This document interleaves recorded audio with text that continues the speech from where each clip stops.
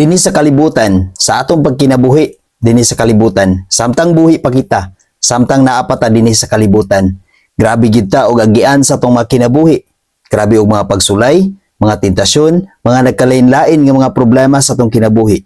Usahay kung asa ta maluyahon, adto pud ta dut-duton og maayo sa demonyo.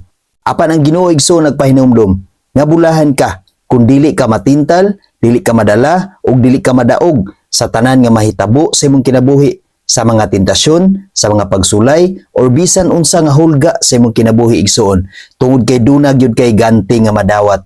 Dinhi sa kalibutan, ang imong madawat nga ganti samtang buhi pa ikaw, samtang padayon pa ka nga nagkinabuhi dinhi sa kalibutan, ang ganti nga imong madawat duna kay maayo nga pamilya, peaceful nga pamilya, puno sa gugma ug pagsinabtanay ug pagpaubsanay. Mao kanay mga ganti nga imong madawat dinhi sa kalibutan. Duna kay kalinaw sa imong kinabuhi.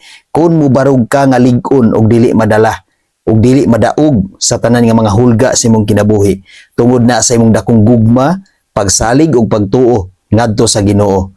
Ayaw padaog nga nang mga pagsulay igsoon nga moabot sa imong kinabuhi. Tungod kay dunay Dios nga molig-on kanimo, nagprotektar nga imong kasandigan sa tanan nga mahitabo sa imong kinabuhi. Ang pinakanindot nga ganting imong madawat kung wala na ka dinhi sa kalibutan, ang gisaad sa Dios nga imong maangkon ang kinabuhing walay katapusan kung imong lig-unon o patubuon pag-ayo ang imong pagtuo ngadto sa Ginoo. Doon na gyud kay madawat nga maayo nga ganti nga gisaad sa Dios sa imong kinabuhi. Tungod kay kana nga ganti mahingpit gyud na kung ang imong pagtuo dunay resulta, dunay kabag-uhan ug kausbanan sa imong kinabuhi. Maong atong hingpiton kana igsoon aron atong madawat ang tinuod nga ganti. Dili ta magpadaog sa tanan nga mga hulga ug pagsulay sa atong kinabuhi.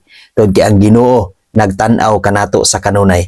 Ang Ginoo nagdasig kanato sa kanunay. Ang Ginoo naglig-on kanato sa kanunay. Ang Ginoo nagbantay ug nanalipod kanato sa tanan nga mahitabo, sa tanan nga pagkinabuhi nato dinhi sa kalibutan.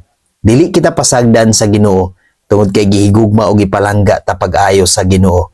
Sa Santiago 1 bersikulo 12 nag-ingon, bulahan ang tao nga mubarog taliwala sa mga pagtintal, kay sa iyang pagdaog makadawat siya sa kinabuhi. Ang ganti nga gisaad sa Dios alang niadtong nahigugma kaniya. Hinaut igsoon nga imuhang patubuon pag-ayo ang imong gugma sa Ginoo aron mubarog ka nga lig-on ug dili gayud matarog. Salig ug ampo kanunay sa Ginoo igsoon. God bless sa tanan.